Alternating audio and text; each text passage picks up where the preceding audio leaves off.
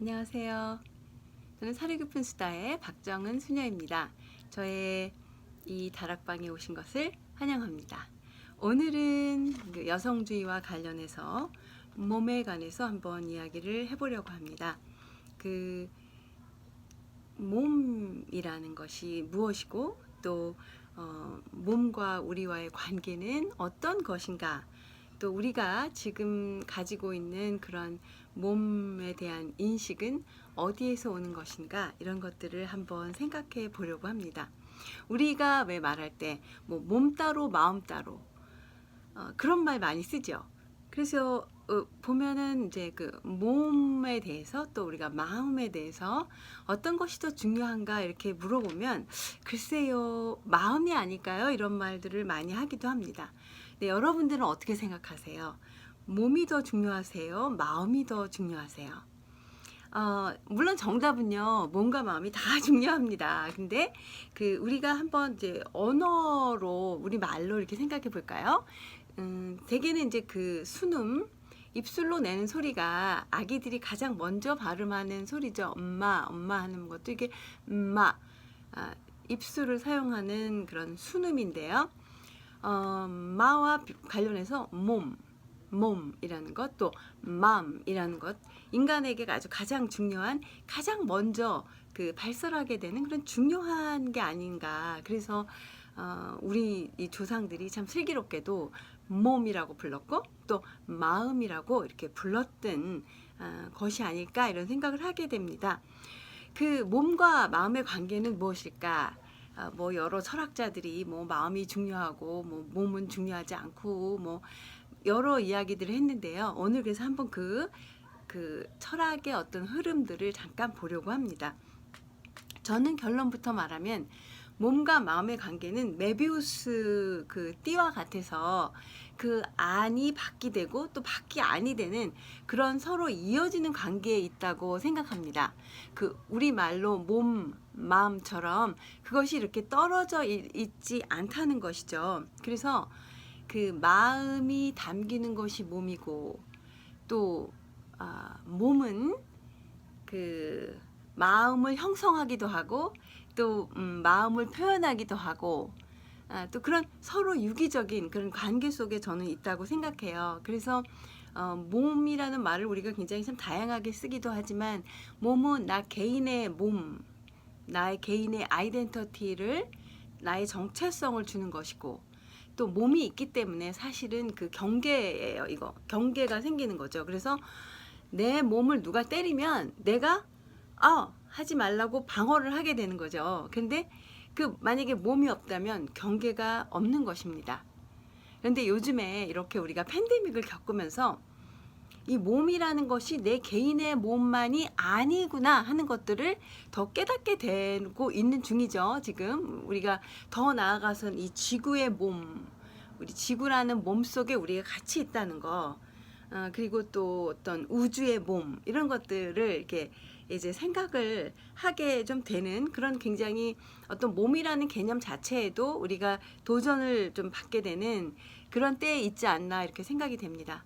그러나 그럼에도 불구하고 우리가 가지고 있는 아주 근본적인 몸에 대한 의식은 제가 볼 때는 좀 부정적인 것 같습니다.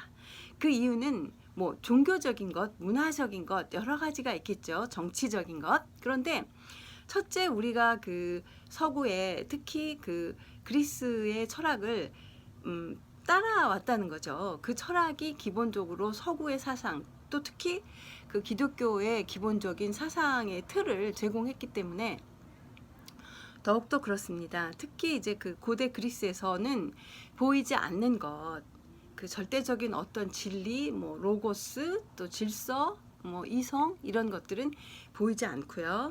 이게 보이는 것들은 좀 천박한 것으로 봤습니다. 그래서 인간의 이성이나 마음은 보이지 않으니까 더 높은 것이고요.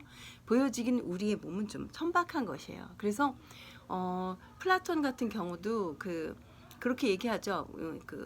사람에게 영혼에 이렇게 세 가지가 있는데, 특히 그 중에서도 욕망에 의해서, 에피타이트에 의해서 너의 인생이 가게 되면은 그는 의미 없는 인생이고, 이 이성이 작동을 해야 된다. 이성은 더 보이지 않는 것이고 그렇기 때문에 더 높은 가치를 이렇게 주는 것이죠. 물론 그 이분법적으로 생각을 하면 굉장히 철학적인 사고에 도움이 되지만은 그거의 문제점은 단순히 그걸 그렇게 분리해서 보는 것이 아니고 상하로 나눠 본다는 데 문제가 있습니다. 그래서 이성적인 것에는 남성의 몸을 두고 그 몸 중에서도 그 아주 그 감성적인 것, 그리고 또 그 열등한 것, 욕망에 휘둘리는 것에는 그 여성을 두었고 또 몸이라는 카테고리를 두었다는 것입니다. 그러니까 결국은 여성의 몸은 이제 더 나아가서 위험한 것, 그리고 그 욕망에 의해서 추동되는 것, 또 다른 사람에게 욕망을 유발하는 것, 그래 유발하는 유발자로서 여성의 위치가 더 이렇게 하위로 내려가게 됐다는 것이에요. 또 그리고 그 이제 우리가 죽음을 이해하는 데 있어서도 그 마치 그 우리의 영혼이 지금 자기가 있던 곳으로 가기 위해서 우리는 몸에 갇혀 있는데 죽으면 마치 장갑을 벗는 것처럼 이렇게 영혼이 이렇게 빠져나가서 자유를 찾게 되고 이 나를 가두고 있는 내가 자유로운 인간, 철학적인 인간이 되는 데를 방해했던 이 몸을 벗어나는 것으로까지 그렇게 생각을 하였습니다. 더 나아가서 이제 그 서구에서는 전체 세상을 이끌어가는 것들이 이제 크리스찬덤, 기독교가 세상을 지배하게 되면서 특히 이런 어떤 욕망, 감각이라는 것들을 결국은 이제 외부로 많이 투사시키게 되면서 기독교가 아닌 사람들, 특히 이제 그 유럽에서는 유대인들이 되겠습니다. 그 유대인의 몸, 또 그 여성의 몸 이런 것들을 굉장히 죄악시하게 되는 그런 경향을 낳게 됩니다. 우리가 이제 그러면서 그 문화의 틀이 완전히 바뀌게 되는 시대는 제가 볼 때는 이제 문예부흥기인데 문예부흥을 가져온 것은 사실은 팬데믹입니다. 그래서 그 흑사병이 돌게 되면서 종교적인 것에 대해서 또 그동안 사회를 유지하고 있는 어떤 틀에 대해서 사람들은 의심을 하게 되고 그러면서 이제 그 문예 부흥 이제 인간에 대해서 더 생각을 하게 되고 인간의 몸에 대해서 이제 생각을 하게 됩니다. 그래서 카르바지오 같은 사람들의 그 이제 그림들을 보면은 비록 주제는 종교에 관한 것이라 하더라도 굉장히 그 인간의 막 아주 뭐라 그럴까요? 인텐시브한 어떤 감정들 또 그 몸의 움직임 이런 것들에 대해서 이제 관심을 하고 있는 것을 보게 됩니다. 그러면서 점점 그 어떤 교회 전체의 몸에 관심을 했다면 이제는 나 개인 하나하나의 몸에 대해서 관심을 하게 되면서 이 몸이라는 것이 나 개인의 정체성을 주는 어떤 것으로 더 자리를 잡기 시작합니다. 그러면서 특별히 그 개인주의가 발달되게 되고요. 그러면서 더 이렇게 타자에 대한 이렇게 배척이라고 할까요? 이런 것들 또 유럽 중심의 사고, 남성 중심의 사고, 또 교회 중심의 사고, 또 이런 것들이 더 이렇게 사실은 뿌리를 받게 됩니다. 그리고 이 몸이라는 카테고리 안에는 사실 많은 경우에 감정이라는 것들을 집어넣게 되면서 이제 감정을 좀 하위의 어떤 개념으로 놓게 돼서 이제 이성을 중심으로 이렇게 생각하는 그런 이제 현대 문화 쪽으로 근대 쪽으로 이제 오게 되는데요. 사실은 제가 볼 때는 이제 동양인의 경우 같은 경우 우리도 이렇게 보면은 그 유교주의의 사상에 많이 물들어 있습니다. 그래서 그 유교를 한마디로 말하면 세상을 질서 있게 분배하는 거예요. 마치 이분법처럼 정말 그 세상을 남자와 여자 또 그 노인과 어린 사람, 임금과 신하, 뭐 친구들의 관계 이런 것들을 다 이렇게 구분시켰다는 거죠. 그래서 특히 그 부인과 지아비의 관계도 이제 그 상하로 구분이 되고요. 명확하게 자기 자리를 이제 구분 지으면서 세상은 질서가 생기는 것이라고 그렇게 봤다는 거예요. 유교주의는 굉장히 아름다운 철학이고 정말 미스플레이스 되는 거 없이 제자리에서 세상이 돌아간다면 참 아름답겠지만은 그 유교주의의 실천에 있어서 특별히 그 여성의 자리가 항상 굉장히 그 포괄적이었기 때문에 지금 현재 그 여성주의에서 굉장히 그 유교를 의심스럽게 사실 바라보고 있는 것도 사실입니다. 그런데 그 이제 몸에 대한 그 담론이 이제 바뀌기 시작하는 것들이 사실은 이제 20세기에 와서인데요. 특별히 그 하이데거가 이제 인간의 존재, 그 실존에 대해서 특히 그 시간성과 공간성을 이제 가져오게 된다는 거예요. 어떤 뭐 보이지 않는 절대적인 진리 뭐 그런 걸 떠나서 우리의 삶이라는 것이 내가 살고 있는 이 공간과 그 시간에 의해서 형성된다는 얘기를 이제 하게 되고요. 그다음에 우리가 그 몸에 대해서 이제 굉장히 그 인사이트풀한 사람은 아무래도 그 메르 폰티인데요.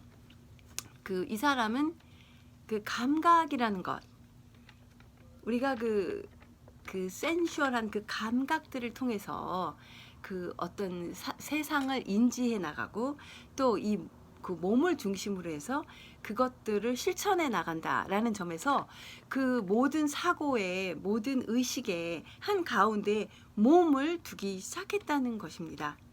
그래서 이제 그러면서 그 인간의 그 몸을 통해서 우리가 세계를 인식하고 또 내가 누군지를 알아가고 또 문제를 또 의식하고 또 해결하려고 어떤 무브먼트까지 다 포함해서 결국은 그 몸이 이제 더 중심에 있다. 몸이 의식의 한 가운데 있다라고 이제 정말 그 어떤 면에서 이제 업사이드 다운이죠. 계속 그 이성을 중시하는 그런 이제 그 철학적인 사고 속에서 이제 그게 뒤집어지게 되는 것입니다. 거기서 조금 더 나가서 미셸 후코 같은 사람들은 그 인간의 몸, 특히 인간의 섹스, 성이라는 게 얼마나 이 인간 역사에서 사람을 통제하는 수단으로 쓰여왔는지, 그래서 그 사회가 요구하는 그 놈이 있죠. 또 그 젠더라는 것도 다 그 어떤 사회가 만들어낸 어떤 구성물인데 그 소셜 컨스트럭션에서 그 맞지 않는 사람들은 결국은 가두어지기 시작했다는 거죠. 그래서 정신병원이 생기고 또 감옥이 생겨났다. 그래서 그 인간의 몸은 그 어떤 면에서 그 통제의 수단으로, 특히 성은 통제의 수단으로 이렇게 쓰여왔다. 그래서 또 생각해 보면 우리가 그 여성이라는 것도, 여성의 성도 어떤 면에서 그 사회 문화적으로 많이 통제가 되었다는 거죠. 그래서 뭐 나는 여자아이니까 나는 반장보다는 부반장이 되는 게 좋고, 또 나는 여자아이니까 내 남자친구보다 크면 좀 불편하고 뭐 이런 것들이요. 이제 그런, 물론 이제 그거는 요즘에는 정말 많이 극복이 됐겠지만 사실 저희 국민학교 때는 그랬거든요. 초등학교 때는 그랬거든요. 그래서 그 어떤 면에서 이게 그 몸, 특히 젠더는 굉장히 예민하게 그 모든 사람에게 그것을 따라가라고 강요한다는 것입니다. 거기서 인간의 그 주체, 인간이 자기를 알 수 있는 그 몸을 통해서 자기를 알아가는데 거기서 이미 그 자유롭게 자기를 구현하거나 또 자기를 찾아갈 수가 없다는 거죠. 만약에 그렇게 내가 어떤 사회에서 규정하는 내가 아닌 몸을 내가 이야기하면 그 사람은 대개는 사회에서 끊긴 자가 된다는 그런 얘기입니다. 또 그런 비슷한 맥락에서요, 그 자크 라캉은 어떤 면에서 우리의 그 몸은 마치 노트패드와 같다 이렇게 얘기를 했어요. 그래서 사람들이 꾹꾹 이런저런 메시지를 내 몸에다 쓴다는 거예요. 그래서 사실은 이제 우리가 어릴 때 가장 먼저 나는 어떤 사람이라고, 우리 몸을 우리가 본 적은 없습니다. 사실 우리는 뒷모습 볼 수 없어요. 나의 뒷모습을. 언제나 내가 볼 수 있는 것들은 제한되어 있잖아요. 그런데 내 몸에다가 여러 가지 메시지를 적고 우리는 그것들을 이렇게 따라가야 한다는 거예요. 근데 그런 것들이 어떤 경우는 부모의 메시지, 어떤 것들은 사회가 준 메시지, 어떤 것들은 이제 신앙의 메시지, 그런 것들이 이 내 몸에 이렇게 적혀 있다는 것입니다. 만약에 그 메시지들이 전부 동일한 방향으로 가라고 이야기를 한다면 그래도 그 사람의 그 심리가 그렇게 막 분열되지는 않을 텐데요. 굉장히 우리가 여러 개의 메시지를 받을 수가 있는 겁니다. 내가 잘할 때는 굉장히 착하고 모든 것을 잘하는 그런 아이로 내가 그런 메시지를 받았는데 시집을 가서 결혼을 해보면 나에게 전혀 다른 메시지를 또 누군가 쓰게 됩니다. 여러 가지 다른 목소리를 또 다른 메시지를 내 몸은 쓰임을 당한다는 거예요. 그러면은 그 사람의 사이키는 분열될 수밖에 없다는 것입니다. 또 여기서 더 나아가서 한번 이 문제를 생각해 보고 싶어요. 여성의 경우는 내가 뭘 본다는 것이 중요한 게 아니고 대부분의 경우 내가 어떻게 보이는가에 포커스가 맞춰 있다는 점입니다.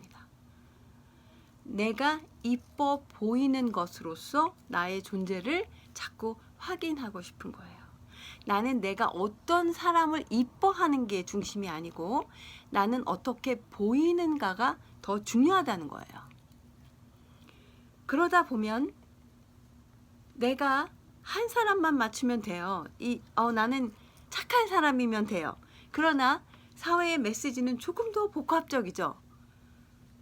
착할 뿐더러 또 영악해야 돼요. 그런 여러 가지 목소리에 다 나는 맞추다 보면 결국은 난 내가 누군지도 모르겠고 또 어떻게 해야 할지도 모르겠고 남는 것은 언제든지 내 몸에 대해서 내가 마음에 들지 않는다는 거예요. 어떤 면에서 그런 말이 있습니다. Everybody is beautiful. 모든 몸은, everybody는 물론 모든 사람, 여기서도 그 body라는 이미지가 굉장히 이제 복합적인데요. Everybody, 좀 뚱뚱하든, 조금 아주 말라깽이든 모든 몸은 아름다운 거예요. 그런데 이런 여러 가지의 그 쓰여진 메시지들 때문에 또 내가 어떻게 보이는지에 대한 그 포커스 때문에 정작 내 몸이 아름답다고 인식할 수 없다는 것. 그것이 그 현재 그 여성이 가지고 있는 그 문제인 것 같습니다. 어떤 그런 통계가 있어요. 모든 여성은 자기를 보고 자기는 뚱뚱하다고 느낀대요.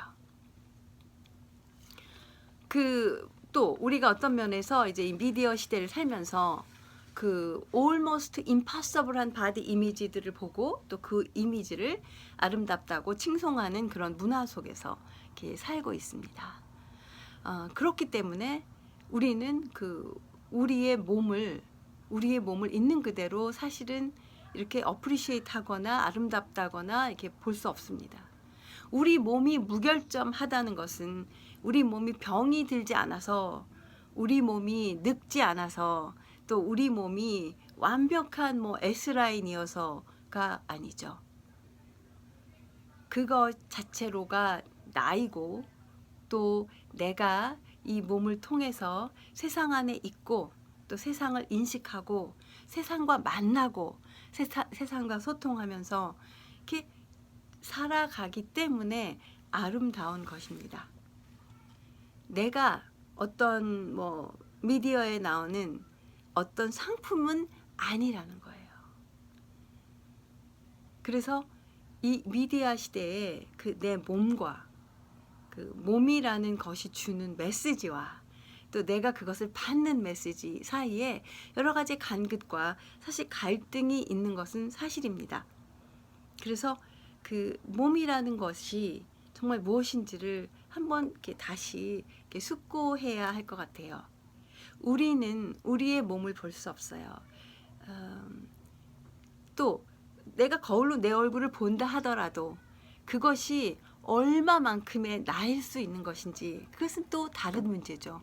거울이라는 것은 이미 비춰지는 것입니다. 그렇다면 저는 모든 여성들이 내가 어떻게 보일까가 아니라 난 무엇을 보는지, 나는 어떤 것을 보는 걸 좋아하는지, 나는 어떤 것을 사랑스럽게 보는지에 더 많이 관심할 수 있으면 좋겠어요. 그래서 이제 제가 이 몸에 대한 것들은 너무 중요한 관계로 다음 시간에는 그러면 바디 이미지에 대해서 한번 얘기를 해보려고 합니다. 네, 오늘 들어주셔서 감사합니다. 좋은 하루 되세요.